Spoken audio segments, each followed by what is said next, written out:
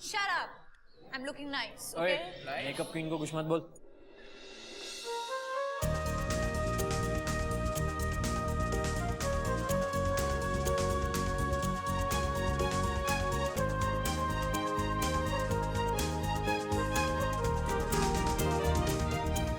तुम ये रिटर्न करने आए हो क्या? प्रजा के भी कुछ फर्ज होते हैं, और वैसे भी फ्री का मैं कभी कुछ नहीं लेता।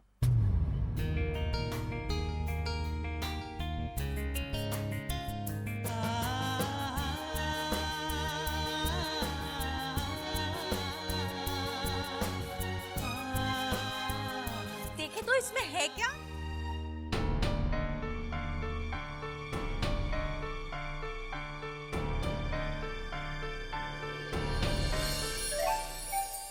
वाओ, जलेबी। क्या वाओ? इसको तो देख के लग रहा है किसी सस्ते तेल में तली हुई होगी। और इसकी ये चाशनी, याक, ऐसा लग रहा है राशन की दुकान की शक्कर से बनाई है। क्यों? ये मिडिल क्लास लोग भी ना चॉकलेट्स का रिटर्न गिफ्ट जलेबी से। अंगना, तुम एक काम करो, इसको ना तुम गार्ड को दे दो, या फिर जो बाहर स्ट्रीट डॉग्स है ना उन्हें खिला दो। पता नहीं वो भी इसे खाएंगे या नहीं। मैं इसे खुद ही डस्टबिन में फेंक आती हूँ। कमाल है यार, पहले तो अंगना हमारे को सारे काम बोलती थी करने को, लेकिन अब वो जलेबी खुद फेंकने गई है। ये शहजादी साहिबा को हो क्या गया है?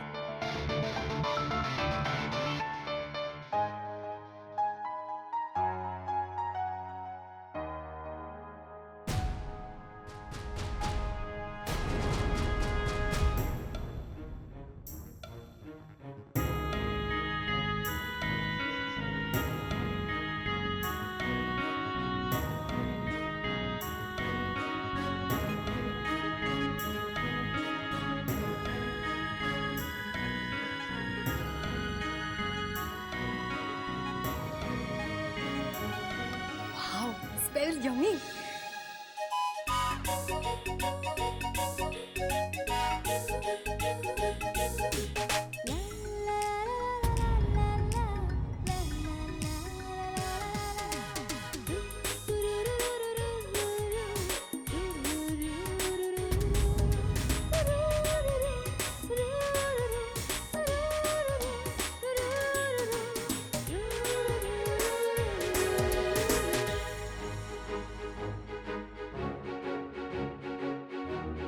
सागर, तुम दोनों यहाँ हो। तुम्हें पता भी है मैंने अभी अभी क्या देखा है? अब मोनिका, तुमने क्या देखा है वो हमें क्या पता? अरे गेस तो कर। मोनिका, ज्यादा सस्पेंस मत बिल्डअप कर, सीधे सीधे बता ना हुआ क्या है। तो सुन, अंगना ना जलेबी खा रही थी। हाँ, तो ओहो, वो डाउन मार्केट लड़के आकाश की दी हुई जलेबियां खा रही थी यार। What? हाँ, बाय गॉड, मुझे तो लग रहा है यहाँ कुछ पक रहा है। तू कहना क्या चाहती है? मुझे लगता है वो लड़का आकाश अंगना को पटाने की कोशिश कर रहा है, और अंगना भी उसकी अटेंशन कहीं ना कहीं एंजॉय कर रही है। हाँ, अंगना आ रही है, उसी से पूछते हैं। नहीं नहीं, अभी उससे कुछ मत पूछना, देखते हैं वो हमसे क्या कहती है।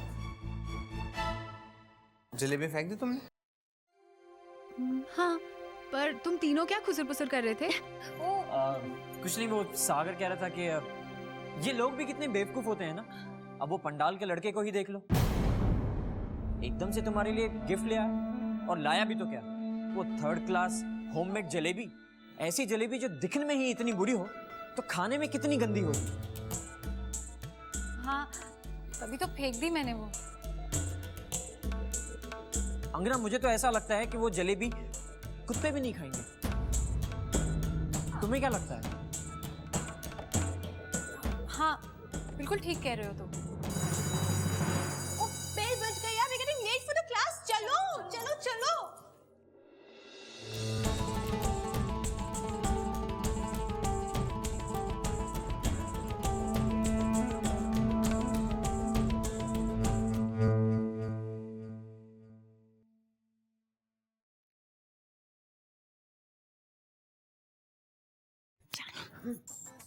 मम्मी आ रही है, क्या कह रहा है याद है ना? मुझे याद है, मैं बहुत गुस्से में हूँ, बहुत हर्ट हूँ और बहुत ज़्यादा दुखी हूँ। बस यही सारे डायलॉग्स ना दिमाग में याद करके रखना और हंसना बंद करो। तुम्हारे दिल को ठेस पहुंची है। फील हाँ। मम्मी आ रही है। हाँ, चल।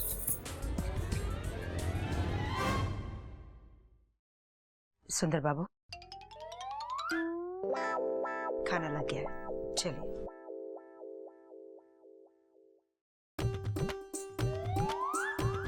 सुंदर बाबू, खाना लग गया है, चलिए ना।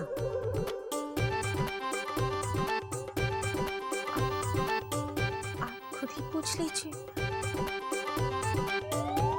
बेचारे सुबह से ऐसे ही बैठे हुए हैं। क्या सुबह से ऐसे ही बैठे?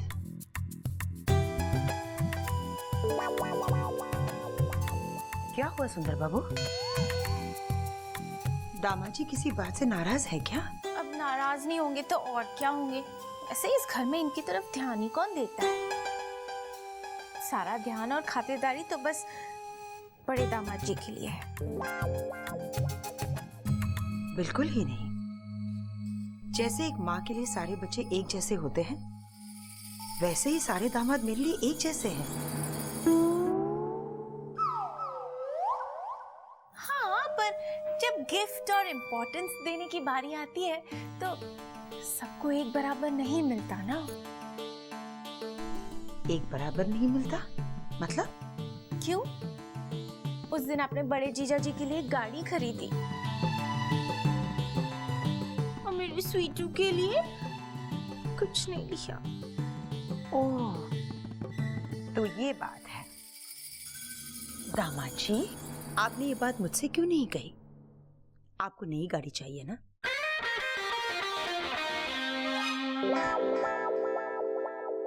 ठीक है, कल जाकर आपके लिए एक नई गाड़ी बुक करवा देती हूँ। अब तो आप खुश है ना? सच? नई गाड़ी मेरे लिए? मेरा मतलब है मेरी स्वीटू के लिए। चलिए सुंदर बाबू, खाने पर आपका इंतजार हो रहा है। चलिए चलिए ना।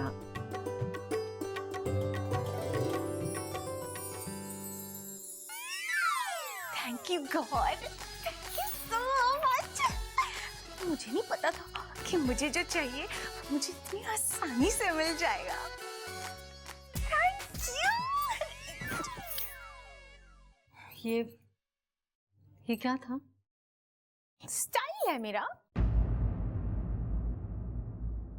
मुझे पता है कि अगर मुझे कुछ चाहिए तो मुझे वो कैसे हासिल करना है। तुम्हें क्या लगता है कि सिर्फ तुम्हारा ही पति इस घर पे राज कर सकता है? झरना तो गलत सोच रही है और उससे भी ज्यादा गलत कर रही है। देख, तुझे नहीं पता कि इस तरह धीरे धीरे सुंदर बाबू इस घर की दौलत के मोहताज हो जाएंगे। तो होने दो ना।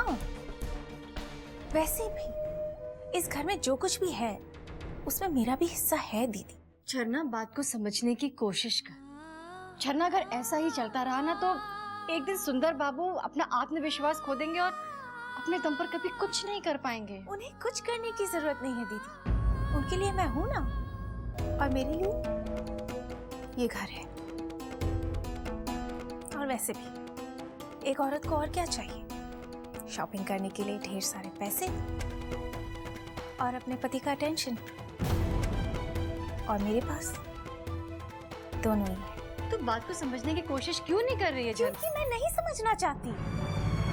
लेकिन तुम तो बड़ी समझदार थी ना, तो फिर तुम्हारी ऐसी दशा क्यों हुई? बड़ी अकड़ दिखा के घर छोड़ के चली गई थी ना, तो फिर वापस लौटकर क्यों आई दीदी? ये सारी बातें सुनने में बुरी जरूर लग रही होगी तुम्हें, पर सच तो यही है कि इस दुनिया में दौलत से ज्यादा इंपॉर्टेंट और कुछ नहीं। और हमारी मम्मी के पास बहुत सारे पैसे हैं, इसलिए मेरा पति मेरी हर बात मानता है। आज मेरे पास हर खुशी है, और अगर पैसों से मुझे खुशी मिलती है तो ऐसी खुशी लेने में बुराई क्या है?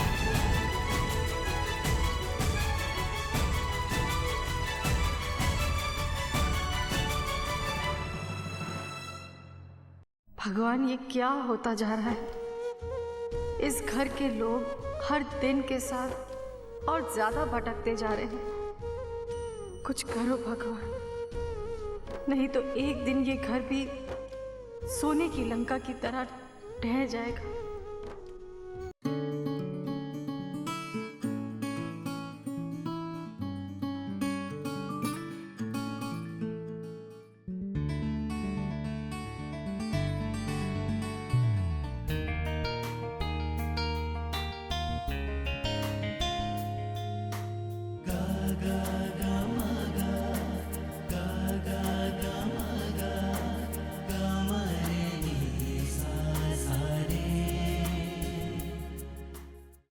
देखा कैसे जानबूझकर ऐसी जगह बैठा है जहां से अंगना को आंखें फाड़ फाड़ कर देख सके।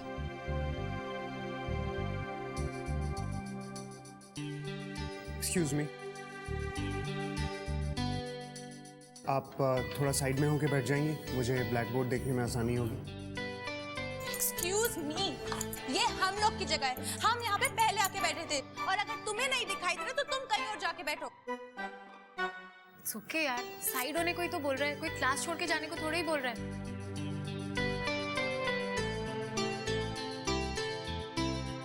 अब ठीक है? Thank you. You welcome.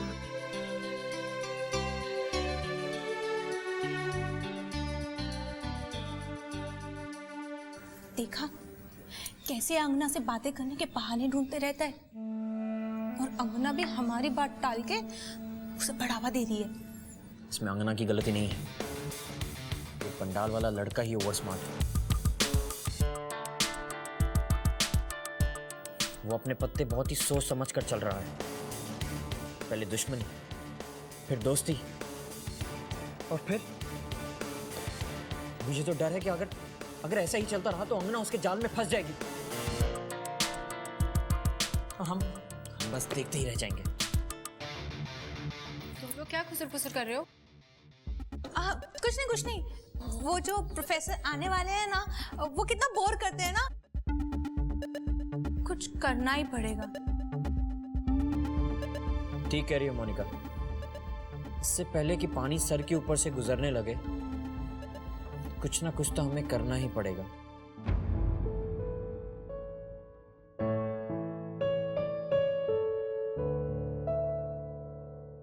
हाँ हाँ मनोज, घोड़ों की रेस ना, मैं जरूर चलूंगा तुम्हारे साथ। और वैसे भी जिंदगी भी तो एक रेस ही है ना मेरे दोस्त, जो जीता वही सिकंदर।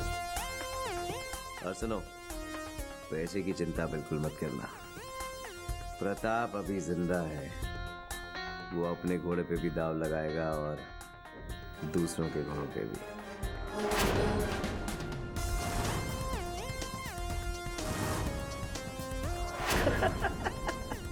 चल मैं रखता हूँ। साहब, आपसे कितनी बार कहा गया है मेरे कैबिन में आने के पहले दरवाजा खटखटाया कीजिए। गलती होगी साहब। बोली कैसे आना हुआ? साहब वो पैसे जो शाह बाबू के लिए आपने मंगवाए थे। हाँ दीजिए पैसे।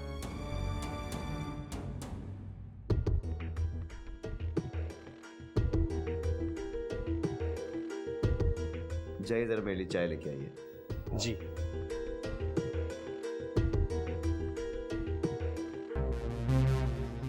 जी जी, इस विषय में आपसे कल बात करूंगा मैं। Good night. चलिए माधव काका, ऑफिस बंद करने और घर चलने का वक्त हो गया। चलिए। बड़े साहब, मुझे आपसे बहुत जरूरी बात करनी है। हाँ तो बताइए ना। क्या बात है माधव काका?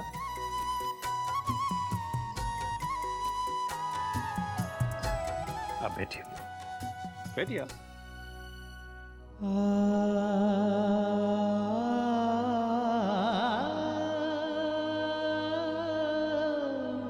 माधव काका क्या हुआ? आपको कुछ बात करनी थी मुझसे? बड़े साहब, बहुत सालों तक मैं आपका नमक खाता आ रहा, अब उम्र हो गई है, इसलिए दरख्वास्त है कि मुझे गांव जाने की इजाजत दे दो। ये कैसी बातें कर रहे हैं आप माधव काका? किसी ने आपसे कुछ कहा तो नहीं? बड़े साहब, नौकर लोग हैं, कोई कुछ कहे भी तो अपमान हमें बुरा नहीं लगता। बस जाने की आज्ञा दे दीजिए। लेकिन आप बताइए बात क्या हुई? नौकर जात हैं, अपनी औकात से बढ़कर कुछ भी कहना शोभा नहीं देता हमें। आप हमारे परिवार के सदस्य हैं, आप मुझसे भी पहले से इस ऑफिस में काम कर रहे हैं। बात क्या है? बड़े साहब, जिस आदर्श और ईमानदारी से आप इस ऑफिस को चला रहे हैं, उसकी नींव में अब दरारें पड़ने लगी हैं। अपनी आंखों के सामने अपने घर को ढहते हुए नहीं देखा जाता हमसे।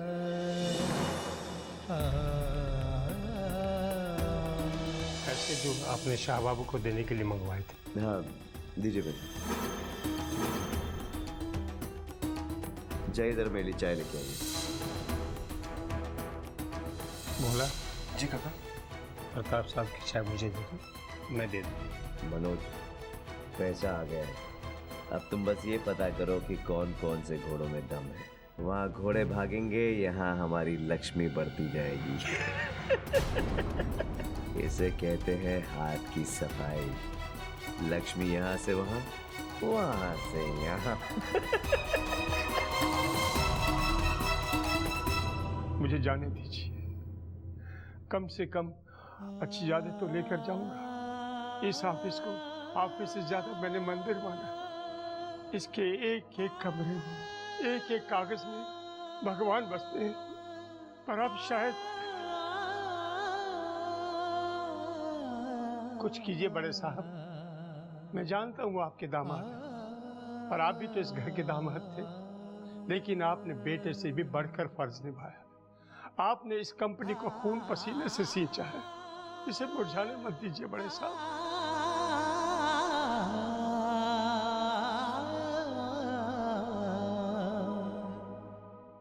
मैं पूरा प्रयास करूंगा माधव काका, लेकिन आप इस तरीके से मत जाइए। चाहे तो कुछ रोज की छुट्टी ले लीजिए, लेकिन लौट आइए। इस ऑफिस को आपकी आवश्यकता है। इस ऑफिस को मेरी नहीं, चमत्कार की आवश्यकता है। हे भगवान, अब आप ही कोई रास्ता दिखाइए। चमत्कार तो केवल आप ही कर सकते हैं। तो फिर क्या सोचा, करना क्या है उस आकाश का? मेरे ख्याल से हमें अंगना से बात करनी चाहिए। हम उसे समझाएंगे कि वो ना उस आकाश से दूर रहे। क्या बकवास कर रहा है यार? तुझे लगता है हम अंगना को समझाएंगे और वो समझ जाएगी?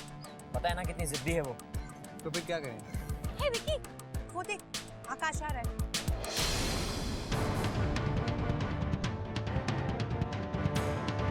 मुझे लगता है कि अगर हम चाहें तो सांप भी मर सकता है और लाठी भी नहीं टूटेगी। आकाश, मैं तुम्हें ही ढूंढ रही थी। हाँ बोलो। अब वो जो कल तुम्हारे साथ प्ले देखने आई थी, तुम्हारी बहन। कौन, कनक? हाँ कनक, वो यहाँ आई थी और तुम्हें ढूंढ भी रही थी। पर वो यहाँ क्यों आई थी? पता नहीं, पर बेचारी बहुत परेशान लग रही थी, बिल्कुल रुआसी थी बेचारी। ऐसा लग रहा था जैसे कोई अनहोनी होने वाली हो। कुछ कहा उसने? नहीं, कुछ भी नहीं। हम लोगों ने उसे पूछा ही, पर उसे कुछ नहीं बताया। बस तुम्ही को बार-बार पूछ रही थी, और फिर हमें पता भी नहीं लगा कि तुम गाँव में उसे कुछ बता भी नहीं पाए। किस तरफ गई वो? वो उस तरफ, और वो मेन गेट की तरफ गई और रेलवे स्टेशन का पता भी पूछ रही थी। ऑटो? अरे अरे, ऑटो छोड़ो, मेरी बाइक लेके जा, ढूंढने में आसानी होगी। नहीं, मैं देख लूंगा। अरे भाई, इतना सोच मत। कल को कुछ अनहोनी हो गई तो हम तो जिंदगी भर अपने आप को कोसते ही रहेंगे। अरे इतना सोचे मत आकाश, जल्दी जाओ, तुम जाओ। वो अरे ये ले चाबी और जल्दी कर। थैंक्स। अरे थैंक यू मत बोल यार, अंगना का दोस्त हमारा दोस्त।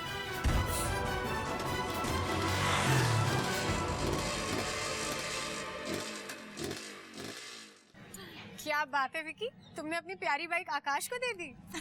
बताओ, देनी पड़ी ना अंगना, क्योंकि तुम हमें इन सबसे ज्यादा प्यारी हो। समझी नहीं? सिंपल सी बात है अंगना, ये आकाश शर्मा अपने आप को कुछ ज्यादा ही स्मार्ट समझ रहा था। उसे ऐसा लग रहा था कि शायद हमें कुछ नहीं दिखे, लेकिन हमें सब दिख भी रहा था और समझ में भी आ रहा था कि कैसे वो तुम्हें पटाने की कोशिश कर रहा है। हाँ, और कैसे वो तुम्हारे पैसे और फैमिली नेम के साथ जुड़ने की कोशिश कर रहा था। इसीलिए हमने उसे हमेशा हमेशा के लिए सबक सिखा दिया। अपनी बाइक देकर? हाँ, अपनी बाइक देकर। वो बाइक जिसकी ब्रेक्स मैंने फेल कर दी।